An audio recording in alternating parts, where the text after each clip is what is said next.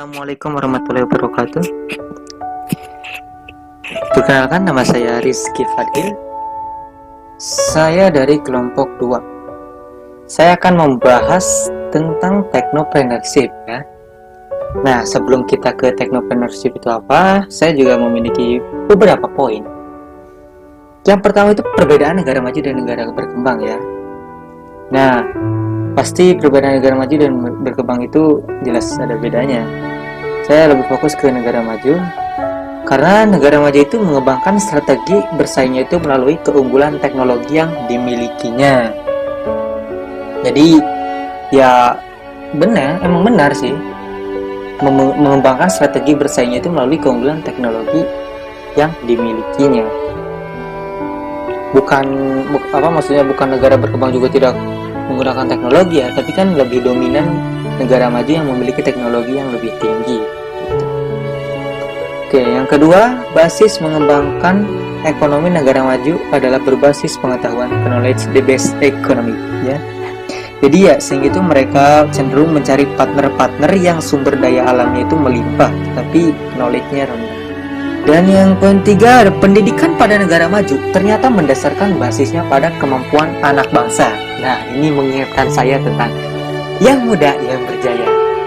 Jadi memang lebih banyak yang anak muda zaman sekarang yang diterjun di dunia entrepreneurship ya. Jadi mereka itu mandiri dan berinovasi berbasiskan penciptaan teknologi sebagai keunggulan bersaingnya yang disebut dengan pendidikan basis entrepreneurship ataupun technopreneurship seperti itu. Nah, poin berikutnya ada perbedaan antara entrepreneurship dan technopreneurship. Nah, kalau entrepreneurship apa tuh Bang? Nah, jadi gini, entrepreneurship yaitu entrepreneurnya itu berdasarkan keahlian yang berbasis pendidikan dan pelatihan yang didapatkannya di bangku perkuliahan atau percobaan pribadi. Nah, terus bedanya apa Bang sama technopreneurship? Nah, kalau technopreneurship itu mereka itu menggunakan teknologi sebagai unsur utama pengembangan produk suksesnya, bukan sekedar jaringan, lobby, dan pemilihan dasar pasar secara demografis. Seperti itu. Kalau entrepreneurship itu ilmu yang didapatkan di bangku perkuliahan ataupun percobaan pribadi, kalau technopreneurship usaha yang menggunakan teknologi untuk produk suksesnya, seperti itu. Tidak terasa udah bab 2 aja. Oke. Pada bab 2 saya membahas tentang hakikat technopreneurship ya. Hakikat technopreneurship itu saya menuliskan di sini ada kepribadian technopreneurship. Apa kepribadian technopreneurship? Menurut Mike Slant mengajukan konsep need for speed, bukan need for speed, itu game. Need for Achievement atau NACH ya disingkatnya. Terus yang kedua, seorang yang memiliki NACH tinggi biasanya lebih menyukai situasi-situasi kerja yang dapat mereka ketahui ya. Yang dapat mereka ketahui. Jadi apakah akan mengalami peningkatan atau kemajuan atau tidak ya. Uang bagi mereka itu bukan tujuan, seperti itu. Oke. Yang selanjutnya, Mike Slant merinci karakteristik mereka yang memiliki NACA yang tinggi ya. Jadi poin pertama itu lebih menyukai pekerjaan yang resikonya lebih realistis atau realistis lah,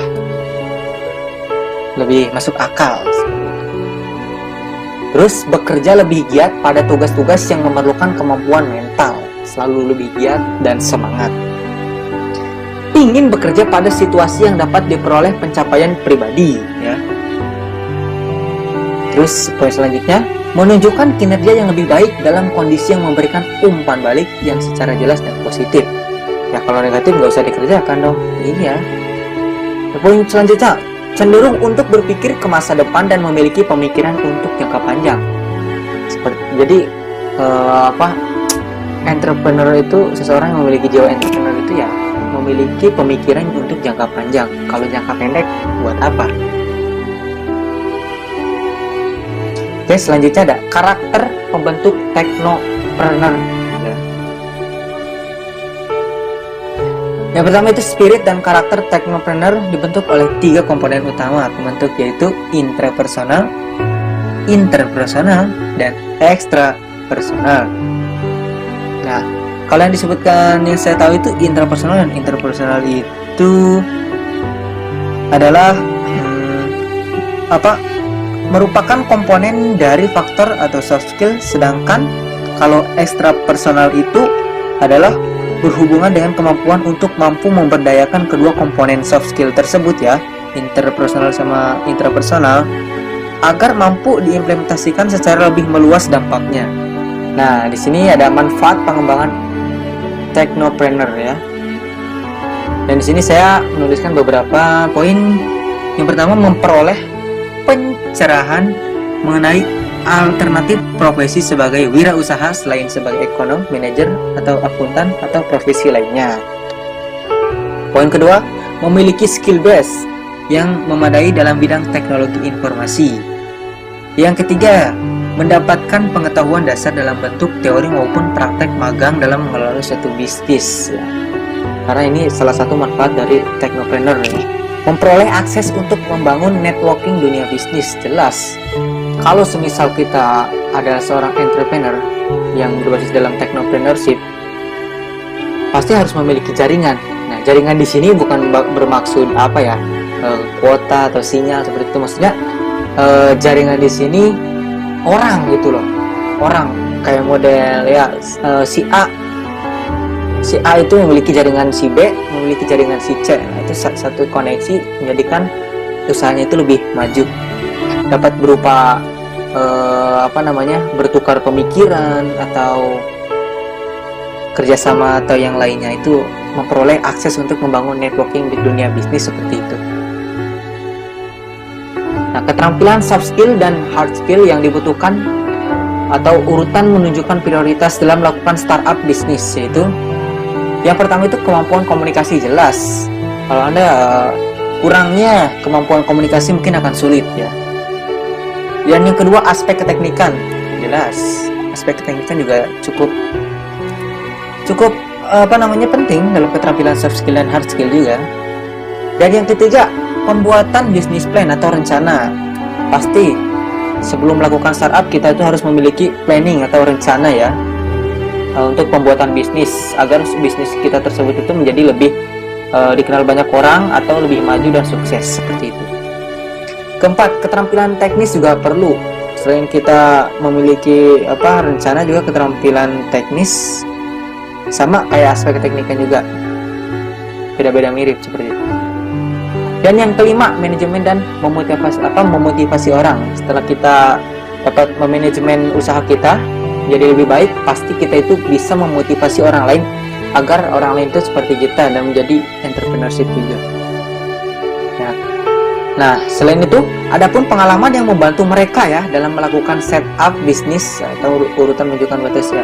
Selain dari keterampilan, juga ada dari pengalaman ya, karena pengalaman itu adalah guru yang terbaik sih. ya. Yang pertama itu mengikuti proyek bisnis atau magang ya. Bisa ya. Dan yang kedua, mengikuti training ya. Jika Anda pernah training, ya mungkin Anda memiliki kemampuan pengalaman yang cukup baik juga kalau menurut saya. Yang ketiga, public speaking itu penting, sama seperti kemampuan komunikasi juga. Dan mengorganisasi event. Kalau semisal ada event apa, misalkan ada expo ya, ada expo misalkan di daerah Majenang ya, ada expo di Majenang. Nah, Anda membuat stand, Anda jualan apa aja gitu, Anda memiliki produk yang patut dijualkan kepada khalayak ramai atau masyarakat seperti itu. Nah, di sini ada peranan pemerintah dan perguruan tinggi dalam mengembangkan spirit technopreneur ya. Yang pertama, itu membangun pendidikan technopreneur sebagai topik yang tidak diujikan dan dikayakan sebagai aktivitas ekstrakurikuler ya. Jadi membangun pendidikan technopreneur itu sebagai salah satu kepentingan juga agar para mahasiswanya itu bisa menjadi technopreneurship yang lebih baik. Yang kedua, memasukkan proyek bisnis ke dalam kurikulum ya. Misalkan mahasiswa itu dilibatkan dalam proyek kajian kebijakan ekonomis pemerintah seperti itu. Yaitu yang ketiga, memasukkan kriteria keteknopreneuran sebagai bagian dari akreditasi atau ranking perguruan tinggi. Jelas. Ada beberapa bagian juga yang tidak sih. Kalau poin ketiga. Nah, kita lanjut ke poin keempat.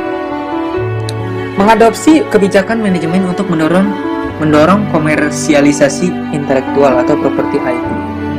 Dan yang kelima, meningkatkan kapasitas pengelola PT dalam manajemen operasi internal. Dan yang keenam, memilih jalur kendaraan international recognition PT yang bernilai ekonomis dengan menyeimbangkan antara pengajaran, penelitian, dan komersialisasinya. Nah, contohnya itu seperti kunci ekonomi dari negara Israel ternyata berasal dari dukungan 7 universitas nasionalnya, seperti itu. Oke, terima kasih. Mungkin itu yang saya dapat sampaikan, yang nanti akan dilanjutkan bab selanjutnya oleh teman saya. Terima kasih. Assalamualaikum warahmatullahi wabarakatuh.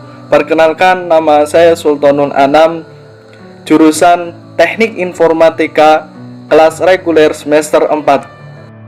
Untuk yang selanjutnya saya akan membahas bab yang ketiga, yaitu tentang technopreneurship dan daya saing bangsa. Masuk ke poin yang pertama, yaitu Indonesia dan negara lain. Salah satu persoalan penting yang kini sedang dihadapi oleh bangsa Indonesia di mata internasional adalah rendahnya daya saing kita dibandingkan dengan negara-negara lain. Ternyata daya saing pun sangat erat terkait dengan kemampuan SDM suatu bangsa dalam mengelola dan mengekspor sumber daya alam yang tersedia, yang tidak perlu berada di negaranya, tetapi sumber daya alam yang sudah tersedia di alam yang mungkin berada jauh dari negaranya. Secara tegas dan jelas, Michel E. Porter mengaitkan daya saing suatu bangsa dengan kemampuan SDM-nya menguasai inovasi dan ilmu pengetahuan yang diindikasikan oleh jumlah produk dari bangsa tersebut di pasar internasional. Tidak lagi ditentukan oleh melimpahnya sumber daya alam dan tenaga kerja, akan tetapi oleh keunggulan inovasi dan ilmu pengetahuan atau kombinasi keduanya. Lanjut bab yang keempat, yaitu tentang mengembangkan pendidikan berorientasi technopreneurship di perguruan tinggi. Mengembangkan pendidikan berorientasi technopreneurship pada pendidikan tinggi adalah syarat mutlak untuk menciptakan daya saing bangsa. Pendidikan teknopreneur adalah bagian dari peningkatan kualifikasi perguruan. Pendidikan berorientasi teknopreneur juga sangat tepat dikembangkan di perguruan tinggi, mengingat bahwa teknopreneur berbeda dengan entrepreneur yang bisa dikembangkan di kursus-kursus singkat. Yang membuatnya berbeda adalah penggunaan teknologi tinggi yang berbasis riset inilah yang menjadi keunggulan perguruan tinggi untuk mengembangkan technopreneurship. Pada bab ini dijelaskan bahwa pekerja yang berpengetahuan mempunyai kesempatan sukses lebih besar, mengingat bahwa kesuksesan bisnis akan lebih mampu dihasilkan oleh mereka yang berpengetahuan tinggi sekaligus berjiwa entrepreneur. Assalamualaikum warahmatullahi wabarakatuh. Bersama Latif di sini, dan saya akan membahas bab yang selanjutnya, yaitu mengembangkan ide technopreneurship. Memilih produk yang profitable merupakan langkah pertama dan utama bagi technopreneur untuk menuju kesuksesan dalam mendirikan usaha baru, menghasilkan baru-baru maupun produk yang inovatif. Sudah banyak contoh nyata yang telah membuktikan hal tersebut. Bahkan Murphy telah melakukan studi tentang keberhasilan dan kegagalan dalam bisnis, menyimpulkan bahwa kunci emas untuk sukses adalah melakukan bisnis yang tepat pada waktu yang tepat. Hal ini menunjukkan bahwa penentuan jenis produk barang atau jasa yang akan diproduksi haruslah tepat atau menguntungkan atau profitable dan dihasilkan pada saat yang tepat, saat konsumen membutuhkan. Dengan demikian, langkah penting untuk mencapai kelulusan telah kita pahami. Sebelum membahas metode untuk mendapatkan ide-ide usaha, mungkin kita perlu menguji beberapa persyaratan yang harus dipenuhi agar suatu produk menjadi sukses dalam usaha baru yang akan kita dirikan. Persyaratan yang pertama dan terpenting adalah bahwa usaha baru tersebut haruslah mampu bersaing di pasar sehingga dapat bertahan. Terus yang kedua, berusaha mencari ide-ide yang memenuhi kriteria sebagai berikut. Yang pertama, produk memenuhi kebutuhan yang belum terlayani. Terus yang kedua, produk memenuhi kebutuhan pasar di mana permintaan melebihi supply. Terus yang ketiga, produk lebih unggul dari produk yang sejenis yang sudah ada. Melakukan identifikasi kebutuhan adalah dalam rangka untuk menentukan ide yang berkaitan dengan produk yang akan dihasilkan. Jadi harus produk otoriter. Hal-hal berikut ini adalah hal yang dapat dilakukan untuk menemukan atau mendapatkan ide-ide yang baru tersebut. Yang pertama, investigasi material lokal dan sumber daya lain. Yang kedua, mengkaji peluang substansi produk impor. Terus selanjutnya, mempelajari keahlian tenaga kerja lokal. Yang keempat, implikasi penggunaan teknologi baru. Terus yang kelima, mempelajari tentang produk industri. Terus yang selanjutnya, menghadiri pameran perdagangan dan investasi. Yang perlu diingat ketika menentukan ide produk seperti di atas, kita juga harus memikirkan prospek dan pengembangan pasar atau kebutuhan terhadap produk tersebut. Aspek-aspek yang dinilai dalam pengembangan tersebut adalah yang pertama adalah market. Terus selanjutnya adalah potensi pertumbuhan pasar. Terus yang selanjutnya adalah biaya. Terus yang terakhir adalah resiko. Mungkin cukup sekian dari saya. Assalamualaikum warahmatullahi wabarakatuh. Saya Nur Wahid, TI reguler semester 4 akan menyimpulkan tentang materi entrepreneurship, yaitu bisnis dengan teknologi. Nah, jadi intinya kesimpulannya adalah negara-negara maju seperti Finlandia, Singapura, Taiwan, dan yang lainnya mereka menggunakan teknologi. Pada tahun 60-an, Singapura baru merdeka itu menjadi negara yang miskin di Asia. Tapi karena negaranya bangkit menggunakan teknologi, jadi bisa bersaing dengan negara-negara lain. Jadi menggelontorkan investor besar-besaran di negaranya untuk membiayai pendidikan, usaha, dan lainnya. Seperti yang juga di Taiwan dan Finlandia. Finlandia juga begitu, cuma mempunyai 5 juta penduduk. Nah, jadi mereka negara yang termaju di Eropa karena di sana bisa membuat teknologi seperti HP Nokia itu dan lain sebagainya. Di separuh penduduk Finlandia itu mempunyai smartphone dan sangat kuat internetnya di sana. Jadi sekarang ada program yaitu KBK, yaitu kegiatan belajar kompetisi. Jadi kan biasanya kan KBM, kegiatan belajar mengajar. Sekarang seperti zaman sekarang adanya virus kayak gini, teknologi sangat dibutuhkan seperti kuliah online, sekolah online, bahkan sekarang ngaji pun online. Jadi kayak gitu. Jadi teknologi sangat luar biasa. Dalam dunia bisnis pun luar biasa. Kita bisa membeli barang lewat online lalu ditransfer lewat rekening. Lah, kita olah lalu dijual lagi lewat online. Nah, bisa juga. Ini modul ini ya seperti itu intinya. Jadi kita menggunakan teknologi untuk kehidupan kita. Tujuannya apa? Tujuannya adalah biar mudah dan lebih baik. Kalau kita mencangkul sawah paling sehari dapat 1 kotak, tapi kalau kita menggunakan traktor bisa 50 kotak. Begitu juga dengan pendidikan, bisnis, dan lain sebagainya. Kalau kita sekolah, mungkin kita lagi ngantuk, lagi apa, Nah, kan kalau ada videonya atau apakah kita bisa lihat lagi. Itu adalah pentingnya sebuah teknologi. Dari saya Nur Wahid reguler dan teman saya Sultan dan Mas Latif undur diri. Wassalamualaikum warahmatullahi wabarakatuh.